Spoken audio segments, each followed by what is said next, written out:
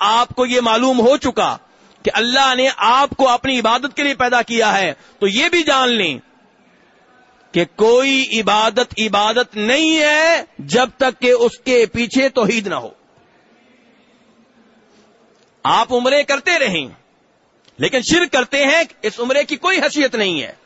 آپ حج کرتے رہیں لیکن ساتھ شرک کرتے ہیں، ساتھ کی کوئی حیثیت نہیں ہے۔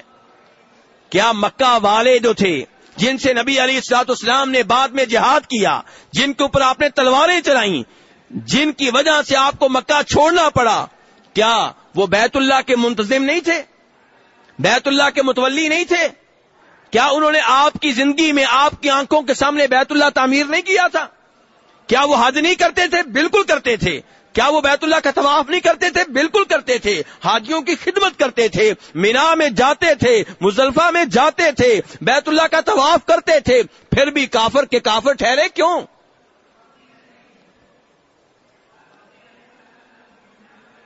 اس لیے کہ بیت اللہ کا بانی ہونے کے باوجود، بیت اللہ کا طواف کرنے کے باوجود، حج کرنے کے باوجود، حاجیوں کی خدمت کرنے کے باوجود اللہ کے ساتھ ساتھ اوروں کو بھی پکارتے تھے، سمجھتے تھے کہ یہ بزرگ ہیں، یہ وسیلہ ہیں، یہ سیڑھی ہیں۔ کھولیے مسلم شریف، کس کتاب کا حوالہ دے رہا ہوں؟ مسلم شریف کھولیے۔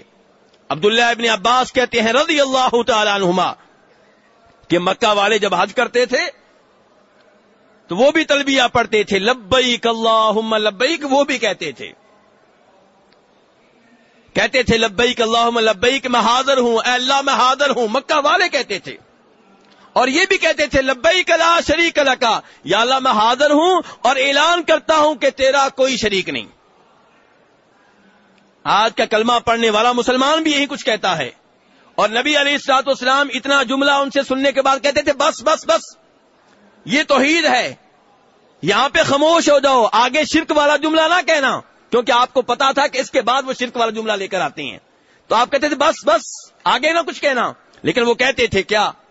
کہتے تھے الا شریکن هو لک تملکہ وما ملک، یا اللہ تیرا کوئی شریک نہیں، تو ہی اصل ہے، لیکن چھوٹے چھوٹے ہیں، چھوٹے چھوٹے ہیں، ان چھوٹوں کا بھی مالک تو ہے، اور وہ چھوٹے جن اختیارات کے مالک ہیں ان کا بھی اصل مالک تو ہے۔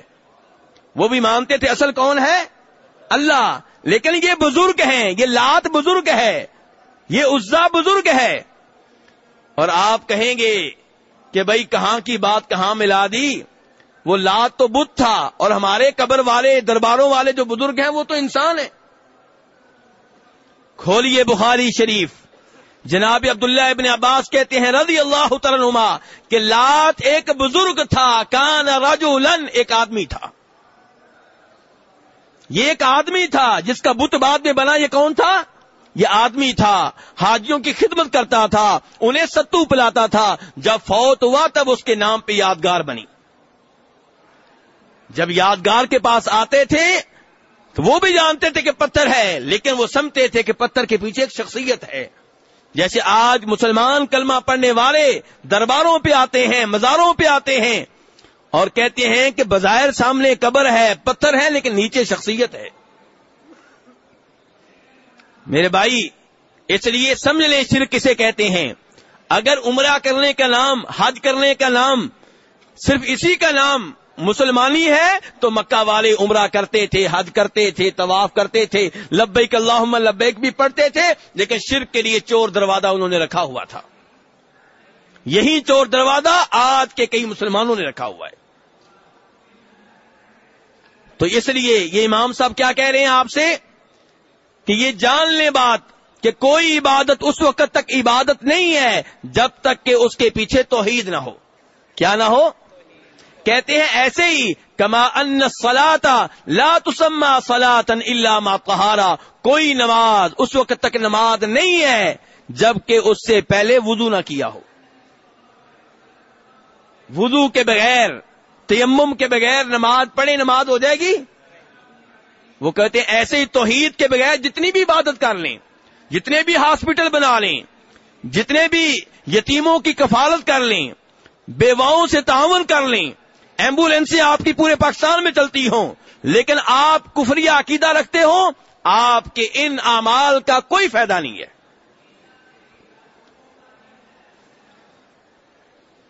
میرے بھائیو، یہاں پہ ایک روایت آپ کے سامنے رکھنا چاہوں گا جسے امام ابو داؤد رحمہ اللہ روایت کرتے ہیں اپنی حدیث کی کتاب میں، اور حدیث کی نسبت آپ کی جانب بالکل درست ہے، صحیح حدیث ہے. عبداللہ بن عمرو بن عاص کہتے ہیں رضی اللہ تعالیٰ عنہما، کہتے ہیں کہ میرے والد عبداللہ بن عمرو بن عاص کے والد کا نام کیا ہے جی؟ عبداللہ بن عمرو بن عاص کے والد کا نام کیا ہے؟ یار کیا کر رہے ہیں؟ عبداللہ بن عمرو بن عاص کے والد کا نام کیا ہے؟ عمر بن عاص. ٹھیک ہے، تو دادے کا نام کیا ہوا؟ عاص. تو عبداللہ بن عمرو بن عاص کہتے ہیں میرا دادا فوت ہو گیا. دادے نے فوت ہونے سے پہلے وصیت کی تھی کہ میرے نام پہ 100 غلام آزاد کیے جائیں. کتنے غلام؟ 100 غلام میرے نام پہ آزاد کیے جائیں. اب بیٹے کتنے تھے؟ 2.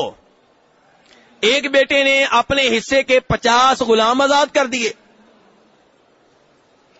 اور یہ رہ گئے کون؟ عمر. کون رہ گئے؟ انہوں نے ابھی آزاد نہیں کیے تھے. انہوں نے کہا پہلے میں نبی علیہ السلام سے مسئلہ تو پوچھ لوں.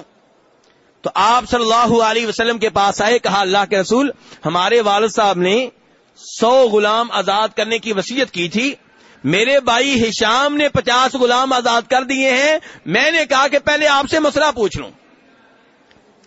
تو آپ نے اس موقع پہ کہا تھا کہ لو کان مسلمن، اگر وہ ہوتا مسلمان. کون؟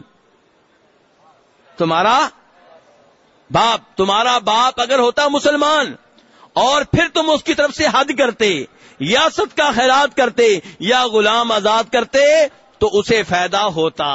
اگر کیا ہوتا؟ جو مسلمان نہیں ہے، توحید پہ نہیں ہے، شرک کرتا ہے، میرے بھائیوں اسے کوئی فائدہ نہیں صدقہ خیرات کا، اسے کوئی فائدہ نہیں نمازوں کا، اسے کوئی فائدہ نہیں ہے روزوں کا، اسے کوئی فائدہ نہیں ہاسپٹل بنانے کا.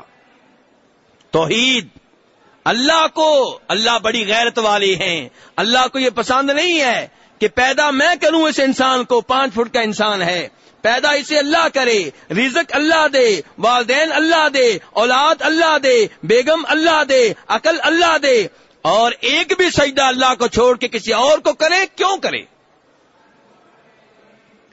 کیا آپ یہ برداشت کرنے کے لیے تیار ہیں کہ آپ کی بیگم زندگی میں ایک دفعہ کسی اور سے تعلقات قائم کر لے؟ تیار ہیں؟ اجازت دیں گے؟ آپ اتنی غیرت والے ہیں تو اللہ کتنی غیرت والا ہوگا. ایک سجدہ کسی اور کو کریں تو کیوں کریں؟ 11ویں تاریخ کو 11ویں شریف کے نام پہ کسی اور کے نام پہ بکرے کیوں ذبح کیے جائیں؟ بغداد والے بزرگ عظیم بزرگ ہیں، ان کی ہم بھی عزت کرتے ہیں، ہم بھی احترام کرتے ہیں. عزت اور چیز ہے، عبادت اور چیز ہے.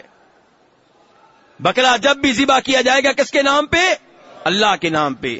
قل ان صلاتی ونسکی ومحیای ومماتی للہ رب العالمین. اس کے بعد امام صاحب کہتے ہیں، کتاب کے مؤلف کہتے ہیں فَإِذَا دَخَلَ الشِّرْكُ فِي الْعِبَادَةِ فَسَدَتْ، کہ جب شرک کسی عبادت میں داخل ہو جائے وہ عبادت فاسدت، اس کا بیڑا غرق ہو جاتا ہے. وہ عبادت عبادت نہیں رہتی. جس عبادت میں شرک داخل ہو جائے وہ عبادت عبادت نہیں رہتی. حاجی صاحب حج کے لیے آئے ہیں، عمرے کے لیے آئے ہیں، مکہ میں بیمار ہو گئے ہیں، پاکستان فون کر رہے ہیں، انڈیا فون کر رہے ہیں، بھائی سے کہہ رہے ہیں بھائی بھاگو بھاگو فلاں دربار پہ حاضری دو، ایک بکرا میرے نام پہ دو، بزرگ کے نام پہ دو، ان کے نام پہ ذبح کرو اور ان سے میرے لیے دعا کرو. سارے عمرے کا بیڑا غرق ہو گیا، سارے حج کا بیڑا غرق ہو گیا، ساری محنت رہ گئی. اس لیے میرے بھائی شرک سے دور رہیں. اللہ کے علاوہ کسی اور کی قسم اٹھانا شرک ہے، غلط ہے. نبی علیہ السلام نے روکا ہے. آپ فرماتے ہیں من حلف بغیر اللہ فقد اشرک، جو اللہ کے علاوہ کسی اور کی قسم اٹھائے وہ شرک کر رہا ہے. آج لوگ والد کی قسم اٹھا رہے ہیں، والدہ کی قسم اٹھا رہے ہیں، وطن کی قسم اٹھا رہے ہیں، آئین کی قسم اٹھا رہے ہیں، دھرتی کی قسم اٹھا رہے ہیں، اللہ کے رسول علیہ السلام کی قسم اٹھا رہے ہیں، کعبہ کی قسم اٹھاتے ہیں، مسجد کی قسم اٹھاتے ہیں. یہ ساری مخلوقات ہیں، قسم اٹھانا جائز ہے صرف خالق کی. میں اسی لیے گزارش کر رہا تھا کہ ہم کہیں نہ کہیں شرک کر رہے ہوتے ہیں اور ہم سمجھتے ہیں کہ نہیں جی میں تو پکا توحیدی ہوں. اسی لیے اس مؤلف نے کتاب لکھی ہے کہ شرک کو سمجھیں. تو کہتے ہیں جب شرک کسی عبادت میں داخل ہو جائے فاسدت، وہ عبادت فاسد ہو جاتی ہے، باطل ہو جاتی ہے، اس کا بیڑا غرق ہو جاتا ہے. کل حدث اذا دخل فی الطہارہ، کہتے ہیں اس کی مثال ایسے ہے کہ آپ باوضو ہیں، آپ کیا ہیں لیکن ہوا نکل گئی ہے، ہاں جی وضو باقی ہے. آپ باوضو تھے اور پیشاب کر لیا، پیشاب کے قطرے نکل گئے، وضو باقی ہے نہیں. وہ کہتے ہیں ایسے ہی جب شرک کریں گے تو وہ عبادت نہیں رہے گی جس میں آپ نے شرک کیا ہے. کہتے ہیں کما قال تعالی، کہتے ہیں اللہ تعالیٰ قرآن پاک میں کہتے ہیں ما کان للمشرکین ان یعمروا مساجد اللہ شاہدین علی انفسہم بالکفر اولئک حبطت اعمالہم وفی النار ہم خالدون. میرے بھائیو بڑی عظیم آیت ہے، اللہ کا سارا کلام ہی عظیم ہے، لیکن اس آیت کو ذرا سمجھیے، یہ ہمارے موضوع سے تعلق رکھتی ہے. اللہ تعالیٰ کہتے ہیں کہ مشرکوں کا حق نہیں بنتا، کن کا؟ شرک کرنے والوں کا حق نہیں بنتا کہ وہ اللہ کی مسجدوں کو آباد کریں. مکہ والے بیت اللہ کے متولی تھے، بیت اللہ کے منتظم تھے، بیت اللہ کی چابیاں ان کے پاس تھیں، بیت اللہ کی صفائیاں کرتے تھے، بیت اللہ میں طہارت کا اہتمام کرتے تھے، حاجیوں کی خدمت کرتے تھے. اللہ نے کہا مشرک کا حق نہیں بنتا کہ اللہ کی مسجد کو آباد کرے. ما کان للمشرکین ان یعمروا مساجد اللہ شاہدین علی انفسہم بالکفر. یہ ان کو خود پتا ہے کہ ہم اللہ کے ساتھ شرک کرتے ہیں، ہم کفر کرتے ہیں، پھر اللہ کی مسجد کے متولی بنے ہوئے ہیں، ان کا حق نہیں بنتا. اللہ نے فرمایا اولئک حبطت اعمالہم، ان کے سارے اعمال ضائع ہو چکے. کن کے سارے اعمال ضائع ہو چکے؟ مسجد کا انتظام کرنے والوں کے، انتظامیہ کے، شرک والی انتظامیہ کے سارے اعمال اللہ کہتے ہیں ضائع ہو چکے. جتنی دیواریں بنائی تھی، اینٹیں لگائی تھی، محنت کی تھی، پیسہ لگایا تھا، اللہ کہتے ہیں اولئک حبطت اعمالہم وفی النار ہم خالدون. فرمایا وفی النار، یہ کہاں جانے والے ہیں؟ جہنم میں جانے والے ہیں، بلکہ ہم خالدون، یہ جہنم میں ہمیشہ ہمیشہ رہنے والے ہیں. میرے بھائیو شرک کے علاوہ جو گناہ ہیں، اگر کوئی سود لیتا ہے اسی ہاتھ میں فوت ہو جائے، چوری کرتا ہے اسی ہاتھ میں فوت ہو جائے، بدکار ہے زنا کرتا ہے اسی ہاتھ میں فوت ہو جائے، قاتل اسی ہاتھ میں فوت ہو جائے، تو کہیں نہ کہیں امید لگی ہوئی ہے. کیا امید ہے؟ ہو سکتا ہے کہ نبی علیہ الصلوۃ والسلام شفاعت کر دیں اور یہ جہنم کی آگ سے نکل آئے. ہو سکتا ہے کوئی فرشتہ شفاعت کر دے اور یہ جہنم کی آگ سے نکل آئے. کیونکہ شفاعت برحق ہے. روز قیامت شفاعت ہوگی کن کی؟ جن کی اللہ چاہے گا. جن کی کون چاہے گا؟ اور اللہ کن کی چاہے گا؟ مشرک کی. اور یہ تو اللہ نے دنیا میں نہیں مانی. 12واں سپارہ سورہ ہود، نوح علیہ السلام نے بیٹا ڈوب رہا تھا، اللہ سے بیٹے کی شفاعت کی، اللہ نے مانی؟ نہیں مانی. قرآن آپ کے گھر میں ہے، پڑھیے. بخاری شریف اٹھائیے، ابراہیم علیہ السلام روز قیامت باپ کی شفاعت کریں گے، اللہ ریجیکٹ کر دیں گے، نہیں مانیں گے. مشرک کی شفاعت نہیں چلے گی. اور میرے بھائیو بخاری شریف کی حدیث ہے کہ جب نبی علیہ السلام کے چچا فوت ہو رہے تھے، آپ نے کہا تھا یا امی قل لا الہ الا اللہ، چچا کلمہ پڑھ دیں، چچا کلمہ پڑھ دیں، کلمۃ احاج لک بہا عند اللہ، میں شفاعت کرنے کے قابل ہو جاؤں گا. کس کے قابل ہو جاؤں گا؟ قریب تھا کہ چچا کلمہ پڑھ دیتے، لیکن پاس کون بیٹھے ہوئے تھے؟ ابو جہل بیٹھا ہوا تھا، مشرک بیٹھے ہوئے تھے. میرے بھائیوں ماحول اچھا ہونا چاہیے. بری سوسائٹی انسان کے اوپر اثر ڈالتی ہے. پاس مشرک بیٹھے ہوئے تھے، ابو جہل بیٹھا ہوا تھا. انہوں نے کہا ابو طالب دھیان سے، ہم تمہارے باپ دادا کے دین کے اوپر ہیں اور تم مرتے ہوئے موت کے ڈر سے کہیں بھتیجے کا کلمہ نہ پڑھ دینا. تو ابو طالب نے کہا تھا میں اپنے باپ دادا کے دین کے اوپر فوت ہو رہا ہوں. نبی علیہ السلام رو رہے ہیں کہ چچا نے کلمہ نہیں پڑھا، لیکن اس کے باوجود کہا کہ میں اللہ سے چچا تمہارے لیے شفاعت کرتا رہوں گا، استغفار کرتا رہوں گا جب تک کہ اللہ مجھے روک نہ دے. آپ نے چچا کے لیے دعائیں شروع کر دیں. آسمان سے وحی نازل ہوئی، کیا ما کان للنبی والذین آمنوا ان یستغفروا للمشرکین ولو کانوا اولی قربی، کہ نبی کا حق نہیں بنتا، نبی پہ ایمان لانے والوں کا حق نہیں بنتا کہ کسی مشرک کے لیے استغفار کریں، کسی مشرک کے لیے دعا کریں چاہے وہ رشتہ دار ہو. آپ کو چچا کے لیے دعا سے روک دیا گیا. میرے بھائی اس لیے اگر چاہتے ہیں کہ نبی علیہ السلام کی شفاعت ملے تو اس کا طریقہ یہ نہیں ہے کہ آپ کی قبر پہ پہنچ کے آپ کو پکارا جائے. آپ کو پکارنا جائز نہیں ہے، نہ شفاعت کے نام پہ، نہ شفا کے نام پہ، نہ بیٹے کے نام پہ، نہ ملازمت کے نام پہ، نہ رزق کے نام پہ آپ کو پکارنا جائز نہیں ہے. شفاعت چاہیے، شفاعت کے مالک سے رابطہ کریں. جو اجازت دے گا تو نبی علیہ السلام شفاعت کریں گے، اور ان کی شفاعت کریں گے جن کے بارے میں آسمان والا اجازت دے گا.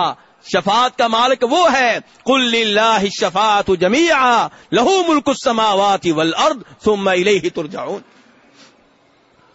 تو میرے بھائیو اس لیے جو مشرک ہے وہ جہنم میں ہمیشہ ہمیشہ رہے گا.